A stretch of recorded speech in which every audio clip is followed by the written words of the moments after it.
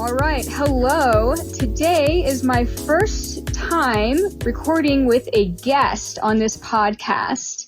This podcast is Sunrise Life, and we are connecting with others and expressing ourselves through model photography. And this is how I know the guest that we have on the show today, Jules. We've never met in person before, but it's our first time talking on the phone, and I'm sure that because we're in the same industry, we're going to have a lot of interesting things to jive on. So welcome, Jules, to the podcast. Thank you. Thank you for having me, and nice to e-meet you, I guess, or phone meet you, podcast meet you. Yeah, it's so great to be able to connect with people like across the world, just through podcasting and social media, Facebook, Instagram. Yeah. So tell me a little bit about yourself. Where are you from? How long have you been modeling? So, yes, I'm Jules. Hello, Jules here. And I've been modeling kind of on and off since I was a teenager, really. I kind of dabbled just for fun in fashion stuff. And I'm from the Southwest. I generally don't give my specific location, but I spend a lot of time in California and have modeled in Los Angeles there. But I actually got my start as a model doing figure study sessions when I was in college. I got really, really into it and was posing all the time and had a little special savings set aside from my art model jobs, you know. And then it kind of just evolved from there. And so it's been, I guess, 10 plus years now that I've been doing that. So. And are you doing this full time? Yes, I do. It's a full time. It's a funny question because it's like, yes, I do. This is my main job, but I don't necessarily do it, 60 hours a week or whatever. Because it's a freelance thing, so the timing is negotiable, I guess. But yeah, I dabble in a lot of things. I have a lot of side hustles, but I am completely freelance. I consider myself an artist and a model, kind of an artist before a model, because I dabble in photography and I've dabbled in every single art form that I could get my hands on from age 0. So that's so cool. Photography and modeling hand in hand, and it's a surprising path that I found myself on. I did creep on your Instagram page a little bit more today, just before we started chatting, and I saw on your highlight reel that you had your photography and that you have a YouTube channel also and TikTok and you have all these other like places that you post your media. Mm-hmm. That's really cool. Yeah, absolutely. Absolutely. Have you ever had any other jobs before, like, becoming a full-time freelancer? Yeah, so it's kind of funny because I think before I became a full-time freelancer in 2016, in 2015, I never would have thought that would be possible. I could not even imagine how anybody could freelance anything. And I worked various jobs. I studied biology in college and then decided I wanted to go into different fields and was maybe going to be a teacher. And then I worked in kind of human services. I worked in the last job that I had before freelancing was I worked in a kind of a homeless shelter, transitional housing residence for folks at a nonprofit. And so that was my last non-freelancing job. And then I worked in film and doing camera, behind camera stuff in Los Angeles a lot while I was getting into modeling. So. Wow, that is actually really amazing. You did the help at the homeless shelter and that you did the camera work in Los Angeles. It sounds like you've had like a wide variety of different types of experiences. Thank you. Yeah, I have. When it comes to other like previous forms of income that you've had, like working at the homeless shelter, do you find that modeling is more or less fulfilling for you? Like how do you feel like in your day-to-day like happiness and fulfillment when it comes to modeling? As far as happiness and fulfillment goes with modeling, it's a good question. It ebbs and flows, and there are many days when I just think I want to just do something else entirely. And I do build my life towards having another career option in the future if I so choose. But it's always still going to revolve around that art and photography and whatnot. So I think it really depends on the kind of the day and kind of the most recent pile of shoots or interactions that I've had with photographers or even people online who want to do a photo shoot. And I have to really just mitigate my energy because sometimes it can be really draining, and other times it is so empowering and so energizing. And I'm learning more and more how to recognize those people and those opportunities sooner so that I can associate with them and less so with the opportunities that might be a little bit more taxing. Yeah, I really feel you on that. I found that in my experience, when I first started full-time freelance modeling, I had kind of like come out of a really rigid life transition. Like I got fired and I had to quit drinking and stuff. And I found that I started off just pretty much taking whatever gigs I could, and I was working with all these GWCs. And for any listeners that don't know what a GWC is, it's a guy with camera who doesn't necessarily have good intentions or artistic value to his photography. But I was working with tons of just kind of like weird old guys that kind of talk to you funny. And I've been modeling since I was 18 and I'm 35 now, so a long time. And over the course of time, I've noticed in the last 5 years or so that my resilience for just weird or creepy or inappropriate behavior has diminished. Like I cannot tolerate it anymore. Have you found that with yourself as well? Mm-hmm, absolutely. Yeah, I definitely am on that same page. I feel like these days I'm more articulate with saying no, I don't care if it's going to hurt someone's feelings, and knowing when to have that self-preservation. Yeah, definitely relate to that. But you've probably been able to like raise your rates over time and market yourself more effectively so that you can get more of the gigs that are worthwhile and inspiring, and maybe less of the ones that are just doing it for the money type thing. Yeah, exactly. It's an interesting balance because it is my, for all intents and purposes, my full-time or my main job. And I do have online platforms that, contribute to that too. But the thing is, there are so many shoots that I could want to do, or if I were to travel, things are different on other continents, other countries as far as art modeling. And there are a lot of shoots that I might want to do, but if I'm only trying to pay my bills and that's my main job, it's really, really hard to take those kind of, I guess, trade opportunities, even if I want to. And it's, so it really is also finding that balance of like getting the online side income so that I can not have to take every single shoot just because it's paying, and maybe I can do some that really fuel my artistic drive, and hopefully there's an intersection of the two, and I'm so freaking lucky that there is a majority of the time. I just am so grateful to be in this line of work and just to be able to kind of be my own boss, really, as it is. So yeah, heck yeah, I fully agree with that. It is a lot of work and a lot to deal with, but in the end, you get to make your own hours and you get to meet interesting people and have different experiences every day, which is connecting, which is part of the reason why I wanted to start this podcast, so that I can connect with other people about our interesting experiences. And I love that. I love that you're doing this.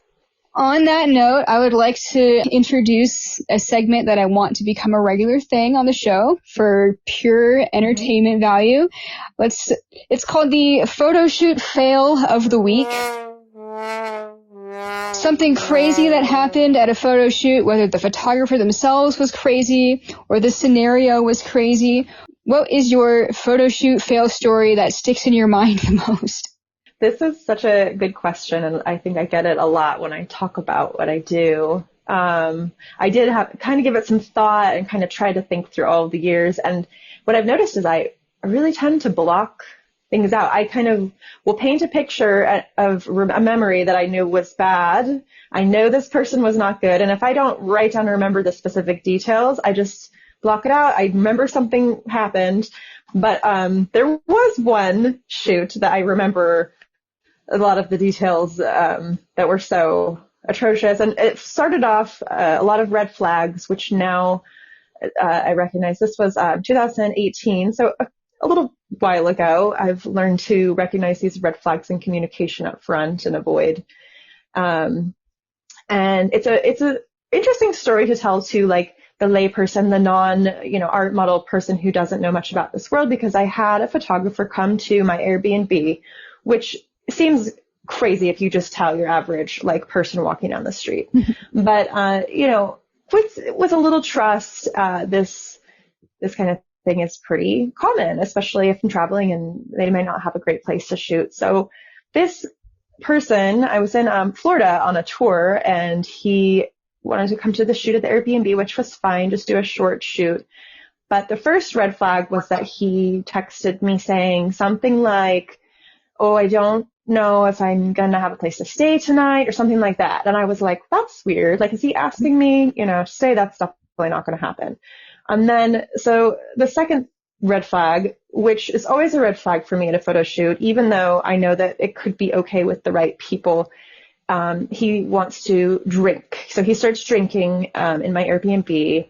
And I also was talking about some prescription drugs he might have been on or something, just red flags popping up all over the place. And this person is already in my apartment. So I'm like, well, let's just get this over with. It was supposed to be like I don't know, maybe a 1 or 2 hour shoot, something like that. Or maybe it was like 1 hour with maybe we're going to do an extra hour, something like that. I don't recall the time frame, but he's drinking, he's offering me, which always just never a good situation whenever I've had any alcohol at a shoot, even if I know the person better than this. So long story short, he's kind of getting a little bit, a little not sauced, but he was slurring. He seemed a little bit tipsy. Maybe he was sauced. And he breaks a light bulb. And it was one of those, it was CFL light bulbs, which in my photography experience, I know they release mercury. So I was like, well, let's get this out of here right now. Like, you need to clean this up. And we're done with the shoot. We were going to do a couple more shower shots or something like that. And I just said, you know what? We're just done now. I don't want to have broken glass in my Airbnb. Like this, it's a hazardous thing. And I just like to, it wasn't ending the shoot early. It was just saying, we're not going to get those last few shots that might have put us over our 2 hour lot or whatever. It was done. And so he says, okay, goes out to his car to maybe get money or whatever. And I'm kind of waiting a little too long. And I realize that he's leaving without paying me, which has never happened to me ever in my life. I've been scared that someone wasn't going to pay me, or someone has negotiated, a little harshly at the end of after we've already negotiated. So I run out to the driveway in this town I've never been to, and an Airbnb in my robe, and I like knock on his window and I said, hey, we didn't, settle up. And he goes, oh, well, we didn't get those last few shots. And I said, well, you still have to pay me, we still shot. It's, you've caused this kind of disruption in my Airbnb. Like, here's my Venmo. You can pay me right now before you go. And he was trying to drive off and pay me later. I said, no, you're paying me right now. And so he did end up sending me, but it was like, I don't know, like half of what we agreed on ahead of time or something like that. And it was like, good riddance, get out of here. And he peels off into the night. And it was like, I was on this long tour too. I was in between leases. I had been to Chicago and New York and Philadelphia and all these places in between. And here I am in Florida after all of that. And this was like one of my first experiences in this new state. And I was just floored. I was just exhausted and just laid out, I think, for a few days after that. So I think that's probably my most horrific story. And there are others, but like I said, I just block them out. Yeah, uh, that's pretty crazy. Well, I guess you're lucky that nothing worse happened. And even though yeah. he underpaid you, that is pretty crappy. That I can't believe that he was going to just drive off without paying you. Yeah. And you're right though. It's just like, I'm so glad nothing worse happened. And having someone kind of unpredictable like that in my Airbnb who's on drugs and alcohol, and I don't know him at all. And, it could have been so much worse. I'm so lucky that nothing worse has ever really happened to me. What part of Florida was that again? That was in Orlando. So yeah. Have you, ever since that experience at your Airbnb, have you had to make other precautions to make sure that other weirdos don't like pull some weird stuff at an Airbnb? Yeah, I think for me, my main precautions are the communication that I have with the photographer ahead of time, the research on their social medias, their websites, whatever they have out there, asking other models about them, and really just getting a feel for how I just have these spidey senses in my messages, and I can just tell when something is going to be off. And even when I've asked model friends about someone and I feel something's off, I swear to you, it has always been true. Even if girls are like, oh yeah, he was okay, or maybe he was a little weird. In my experience, just those little subtle ways that photographers communicate tell me so much about what it's going to be like working with them. It's so easy to read a message from someone who's so excited about your artistic work and they want to create these amazing shots with you. It's so clear to me what people's intentions are, and not all the time, and all communication styles are different. A lot gets lost in translation with written communication too. So it's not always perfect, but generally I just really, really listen to my gut and know that it's really never wrong in these situations. I know what you mean about being able to read an email and having that spidey sense. I know that at the beginning of my career, I didn't have that, but over the course of time, finding out that people that were sending a message that was really short or vague, like, hey, wanna shoot, or I like your look, let's shoot sometime, or if they have really bad grammar. A lot of them have really short messages though, and they don't even like send a link to their work or message you anything specific about what kind of style of photos they'd like to create with you. I find that the ones that are going to be weird or push your limits are usually as vague as possible in the initial messages.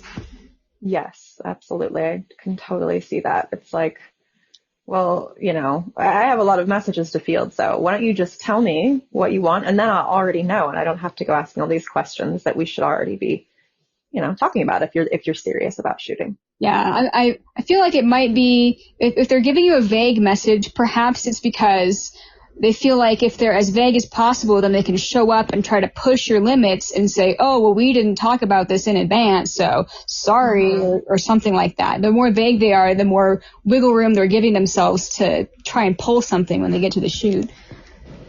Absolutely, 100%. Yeah, I like to know exactly what we're going to do ahead of time, everything, no surprises on the shoot, and obviously maybe if they want to say, hey, do you have extra time? Can you shoot for another couple hours? Like, what's your rate?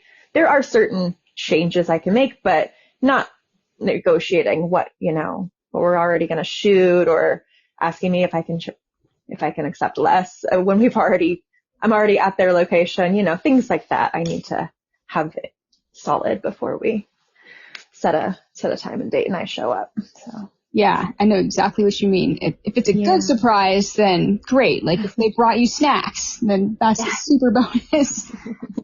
Love it when they bring snacks. Snacks, they're always good. So when you're touring, are you constantly touring, or do you fly to a city and then fly back home, or do you just drive in a huge circle for several months? Like, how do you do your trips? That's a good question. They've kind of been, I guess each one is different. The first time I did a tour was like I said, I was between leases. So I was like, I'm just going to go for it and go all over the country. And I did. And it was so much work, but amazing. And so that kind of a long trip, long-term tour, multi-city, multi-state is something that's so much work as a single person. Like I'm an individual, it's just me. I don't have a manager. So, the recent one I did, I drove to Texas and did a little kind of mini Texas, New Mexico tour. And that was really nice. I like driving. And so, I feel like it depends on how far it is and because if you drive somewhere, you have to drive all the way back home. It's not as you can just like hop on a plane and be home. It's this whole return journey that can be a lot after having all these shoots, and maybe you just want to get home. So it really depends on, like, if I'm going to if I'm going to go across the country to New York, for example, I'm probably going to fly. But yeah, it just depends, I think. I like doing kind of week-long, 10-day-long tours, driving around in a loop and seeing some sights and doing some of my own photography. But it can also be really nice just to fly to Chicago and back, or New York and back. So kind of mix it up a little bit. That's cool. That's good to mix it up so it doesn't get too repetitive. Yeah, absolutely. Another thing that I kind of wanted to talk about is, I know you mentioned earlier in this podcast how you always want to be a freelancer, and that in the future you sort of have plans to kind of diversify. What sorts of plans do you have, or do you have anything, or what's in your back of your mind as far as what you want to do beyond modeling in the future? Yeah, I think that freelancing will always be, I mean, I guess I never know. Maybe if I get some offer with some company I love, I could consider that. But I think for me, I love the freedom and the ability to grow my business and my work and my income in all these diversified ways. I don't have to make money doing any one thing. And I'm a creative professional at my core. I consider myself an artist, which a lot of people assume means I'm a painter or whatever when I tell them. But really, it means that I do all of these things. And right now, I am kind of slowly working through kind of renovating my home, and I have a home studio here, and I would love to eventually start getting models in and building my own portfolio of photography and continuing to model and stuff. But it's sort of hard to do both. I've found, as I've tried to do both for years. So that's the goal in the future, is having just shooting, making my own work. And I have the space to do a lot of things. And I would love to have kind of like a group or a meetup situation, or people coming in to use the space. It's a pretty large piece of land, and it has a lot of, perspective. What am I trying to say? There's a lot of opportunity here. So that's definitely a big goal of mine, is to really connect again with my work behind camera. It's so easy to continue to model and get those, just people, that's how people see me with my work. So really getting myself behind camera. And I also am a big hiking buff. A lot of people don't know that about me, but I'm kind of a wilderness woman. And so, like I said, I have a degree in biology. I've spent so much time just camping and backpacking, and I know my area very, very well, and it's very, very gorgeous. And I have hopes to do photography tours, or a destination shoot in a remote location. And I know a lot of people are doing those kind of things. So I'm really trying to network and connect with people who are doing those kinds of projects, so that I can in the future do them where I'm at, and I can still, do modeling if I want to, or maybe, or not. Just on any given day, I can decide if that's where I'm at, or maybe I want to be the photographer. I've done drone work in the past, and it's been a few years since I've messed with it. But there's a lot of creative possibilities there. What kind of drone did you have? I still have, and I haven't updated it for years, the Mavic Pro 2, the DJI Mavic Pro 2, I believe it is. I have the same one. I love it. You do? Oh, nice. I do. It's a great drone. So. Yeah, it is. It's my favorite toy to play with, probably. Oh, that's awesome. It's so much fun. Such a magical perspective on the world to see from above like that. Yeah, and if you incorporate drone photography into your future business, that's definitely like something that a lot of people look for too. Mm-hmm. Definitely in the goals. So I've just moved completely. So now that I'm all moved, I can kind of start sussing out those possibilities. That's awesome. Do you mind asking if I ask you like how old you are now?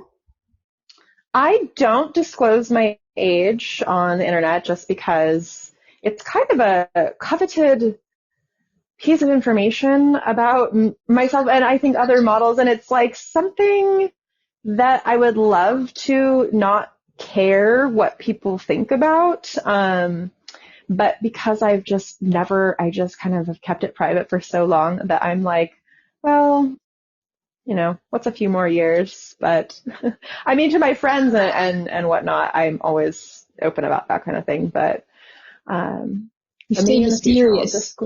Yeah, some mysterious jewels. Mysterious it is good for the marketing to be somewhat mysterious.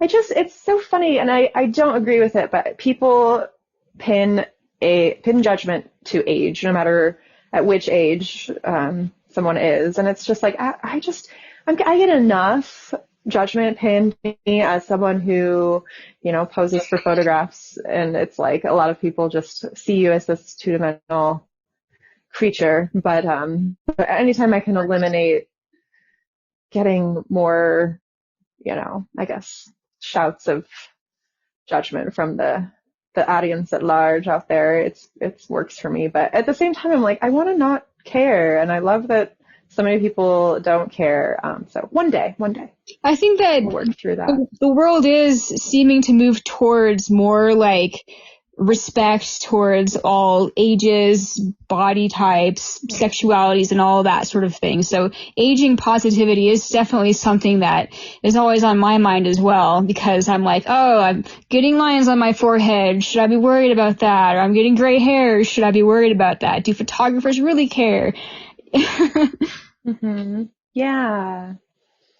There's just, I love that it is becoming more accepted.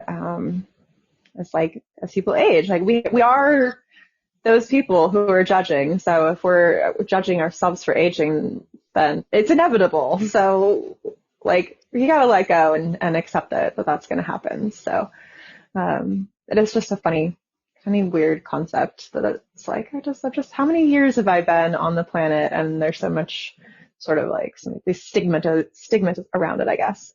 Yeah, I get it too, and I've also struggled with that myself. I've always like posted my age. I keep my age on my Model Mayhem profile and all that stuff as my actual age. And I have wondered, like when I first turned 25 or 26, I think that the default settings for searching for a model on Model Mayhem, I don't know if it's still this way, but the search engine default settings when you're searching was 18 to 25. And that's kind of like the standard for searching for models, 18 to 25. And I was so scared that when I turned 26 that I was going to fall off the map and that people were just going to stop wanting to work with me. But in reality, when I turned 26, that's kind of when my full-time traveling was really picking up. So I was wrong. Yeah. I think I've been surprised by how, just by how little age really matters in the modeling industry, especially in the kind of the more art world. I get maybe the more corporate fashion world is different. It's a whole different ballgame, but it's like we never have to stop modeling if we don't want to. I truly believe that. And all people who've ever said, oh, what are you going to do when you're X, amount of years old? I mean, I don't know. Well, maybe I'll still be doing this. It depends on how I feel and what's going on with my life. There's so many ways to model and create art that it doesn't matter how old we are or what we look like. Honestly, there's just so much creativity to be had that those things are, I mean, it just depends on your pathway, I guess. It's always a question. If it's a question of making money, maybe that's a concern, but if it's a question of making art, there's always going to be money and there's always going to be art to be made as well. So yeah, that's a good way to look at it. I like that perspective. And there's always models that are older than me that I look up to also, who seem to be continuing in their success, which is an inspiration. Yeah, absolutely. I think it really is for everybody. Now I would like to introduce another segment that I'm going to have regularly on the show, and I'm going to call it the Rising Phoenix Experience. Answer this question for me, and if it takes you a minute to think about it, that's okay. I'm sort of blindsiding you with this one. Is there a moment or an experience in your life that was a challenge that you had to face and push through it, regarding to your modeling or anything else in your life that's not necessarily related to your career? What's something that you had to overcome, whether it was an insecurity or like a life situation that has changed you for the better, or perhaps something that you're facing right now that you're looking into, like needing to make a shift? Oh, that's a good question. I feel like I could go so many ways with it. I think that my true Phoenix moment for my past comes from overcoming some of the seemingly most insurmountable obstacles that I could overcome regarding mental health and insecurities. I used to be so insecure that working in the industry that I work in now as a model and with other women, and it is so empowering to have overcome kind of what I've been able to overcome. And basically, I used to be so overcome with this insatiable and just ever-present jealousy that was really rooted in insecurity. So it was more around my personal relationships, but it definitely carries over into like I have personal romantic relationships, but it definitely carries over into other kinds of friendships, working relationships, or what have you. And as a model, I'm constantly with other women, and we're all naked, and I have, it's like constantly I could compare myself or not. And so to have overcome through years of therapy and just meditation and just self-healing, all the things that it took to do that, I've really been able to get over this intense, like it felt like I could see this jealousy and I was like, that's not me. I don't know why I feel that way. And so to have gotten over that and feel like, oh, well,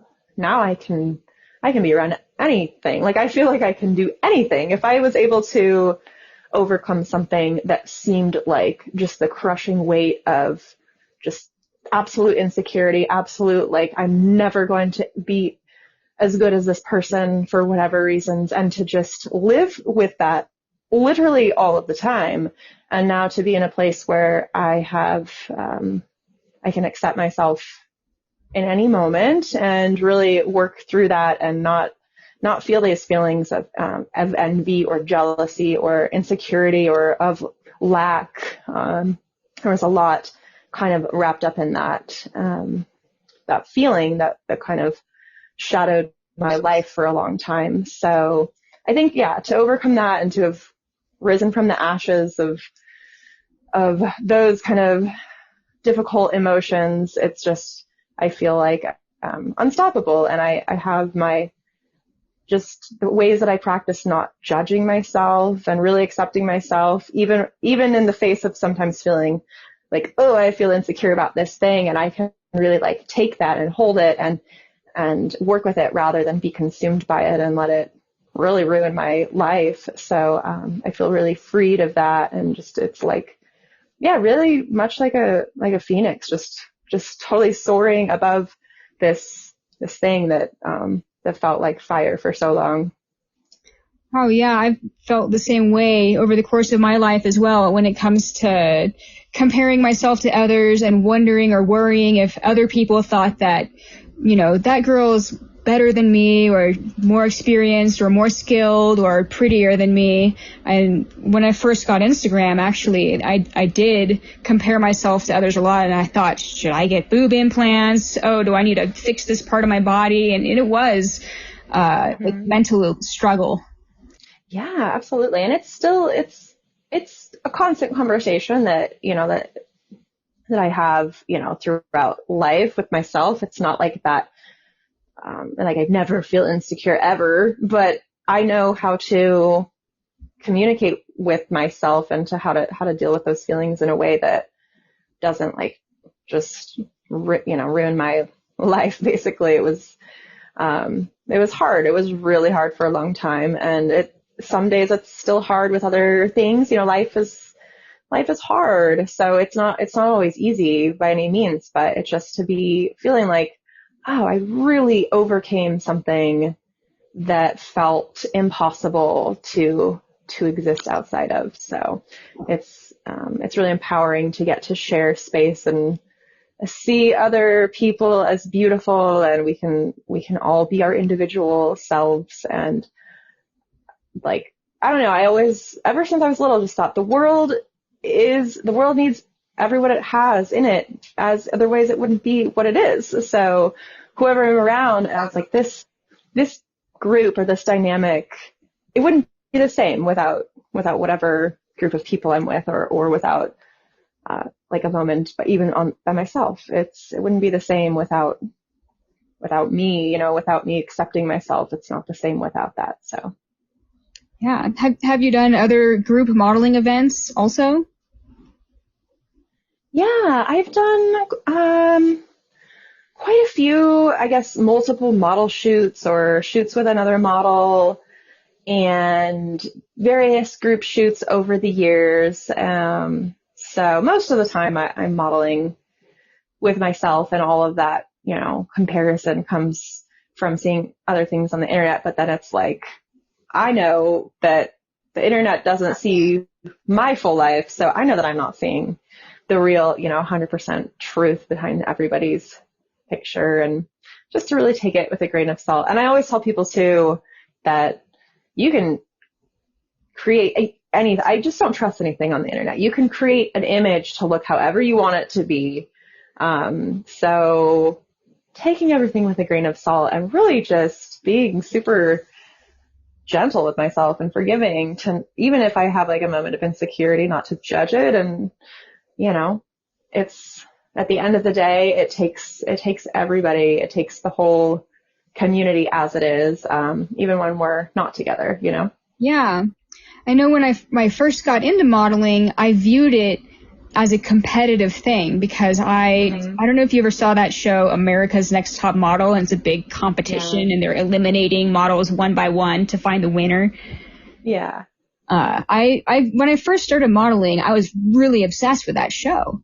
And I looked at other models like they were my competition. Like, if a photographer is going to work with that model, is it because she's better than me, or something like that? And over the course of time, joining like Facebook groups of other models and going to other group photo events has definitely alleviated a lot of my stress when I feel like I want to be comparing myself to others. Yeah, that makes sense. It's a really easy thing to do, and it's natural for us to compare ourselves to others. So I just be gentle with myself, and at the end of the day, again, it's so nice to have this network, like what you're doing with this podcast, what I see a lot of models doing. I really want to be at the forefront of this industry as far as the work that I create, because to be at the whim of just, a a GWC when you're 18 or when you're 35. Either way, it's like, I don't know. I just want to be the boss. I want women to feel empowered to set boundaries, to ask for what they want, to say no, and to create the kind of work that they want to create with people instead of feeling like, oh, we're just at the whim of some guy or, and I'm not trying to take photography or the, the photo world away from men either, but I just really want to I want to be a photographer for 18-year-old models, and I want to be a girl's first photo shoot, and I want to show her what a photo shoot should feel like, how it feels to be respected, how it feels to have a photographer create images of you that just make you feel like, wow, that's me. I had no idea that I could look like, pose like that or whatever, emit this emotion through my posing. I had no idea that could be possible. I just really want to be that in the future and to be part of the community that empowers women to be the boss and to give younger models an opportunity to see like how good it can be and how bad it shouldn't be, because it really is easy when you're 18 or 19 or whatever age, any age really, to be coerced into doing things that later you're going to feel yucky about or that are going to make you quit or worse, So I just want to connect and be part of this community. And this is why I was like, yes, I want to do this podcast. You're doing this thing. Let's go, because the time is now, and this is a huge industry that a lot of people don't know exists, and it's such a great opportunity. It doesn't like you said in your intro podcast, like it doesn't matter if you're beautiful. It's not about being beautiful, and that's not what modeling is. And to give all kinds of people the opportunity to express themselves through the art of photography and posing and whatever art form that they want to include in that, because I really think that it can involve any kind of creativity, and there's just so many possibilities and so much support that can be given to newer models and seasoned models alike. So it's amazing. And I think the more people that come into photography with that mindset where they want somebody to feel empowered and feel like there's something like beautiful about themselves, even if they didn't realize it before, I think the more of those photos that come out, like the expressions are going to show to the viewer. And perhaps maybe in the future, the average perception of looking at a photo of, a modeling photo or whatever, maybe people will see them more as like you go girl. Yeah, you rock that. Like regardless of what aspects of their body are, just because the vibe is going to be a more empowered vibe rather than a lot of the imagery that has been photographed of models over the last like several decades is just predatory guys getting people to do stuff that they think is going to sell. And obviously that's the more sexually gratifying, like pushing people's limits. Oh, I'm going to get this girl to do this thing and it's going to sell. Hopefully that shift is happening now. Yeah, I think it is. I really think it is. And I hope so too. So awesome.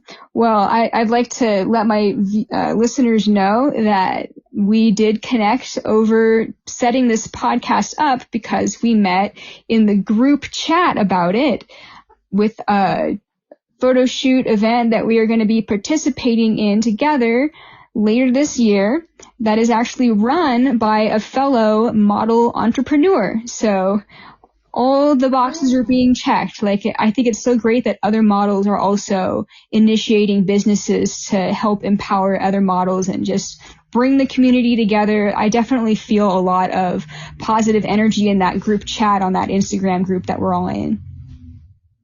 Yes, definitely. And it's funny to me that I don't know, I've never met in person any of the people in the group chat yet. We're getting to know each other in the chat a little bit and, doing some collaborations or whatever I'm seeing pop up there. And this podcast was a great little flower to kind of come out of that chat for me as well. So Heck yeah.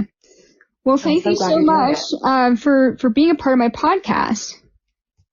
Yay! Thank you so much for having me. I am honored, and it's so great to get to talk with you. I've been following your work for quite a few years now, and so just so happy that you're doing this podcast. It's something that I think the world really needs and will appreciate. Oh, thank you. Thanks. Yeah. All right. Well, I'm going to close out this podcast, but before ending it, I want to mention that I will have a podcast notes page. It's going to have links to your Instagram. If you have any other links that you want to share with me, go ahead and message them to me, and I'll put it all together with a photo of you so that people listening can check you out. Awesome. Well, thank you for doing that. I appreciate it. I will send that your way. All right. Well, thank you so much, Jules. It was great getting to know you a little bit over this first guest podcast episode, and I can't wait to meet you in person in June. Thanks.